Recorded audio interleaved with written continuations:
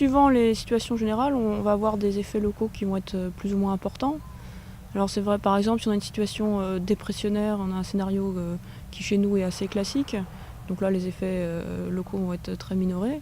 Par contre, dans les situations d'été où on encadre souvent, on est souvent dans des situations plus compliquées, en marée barométrique par exemple, où là, les effets thermiques vont être vraiment prépondérants. Il va vraiment falloir s'interroger localement sur les différences de température qu'on peut avoir entre le jour, la nuit, la terre, la mer. Quand il existe une différence de température entre l'eau et la terre, 1 degré Celsius suffit, que la chaleur du soleil est sensible et que son action n'est pas entravée par une couverture nuageuse qui limiterait également les échanges entre l'air des basses couches et celui d'altitude, les principales conditions pour que s'établisse la brise thermique sont réunies. Le matin, la Terre se réchauffe plus rapidement que l'eau sous l'effet du soleil. L'inertie thermique est moins importante sur Terre. Elle réchauffe également l'air situé à sa surface. La pression au-dessus du sol diminue alors que la pression au-dessus de la mer n'a pas encore changé. Parallèlement, en altitude, les surfaces horizontales de pression jusqu'ici parallèles au plan terrestre s'inclinent de la Terre vers la mer. Elles deviennent baroclines.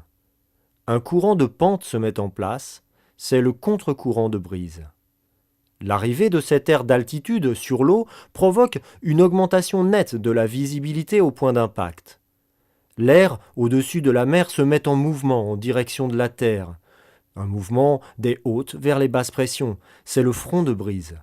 Il comble ainsi l'air qui s'est élevé sur Terre, car il est moins dense que l'air plus froid situé au-dessus de lui.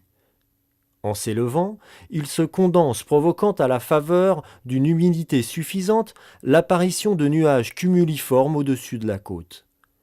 Ce front de brise va ensuite se déplacer au-dessus de la côte. Le cycle de la brise s'installe et la limite nuageuse à terre continue sa progression vers l'intérieur des terres tant que le contraste thermique subsiste. Si les conditions de son fonctionnement restent réunies, elle ne s'interrompra que quand l'action du Soleil diminuant, la température de la Terre chutera plus vite que celle de l'eau, entraînant un rééquilibrage, puis une inversion des températures qui permettra à son tour de générer une brise nocturne.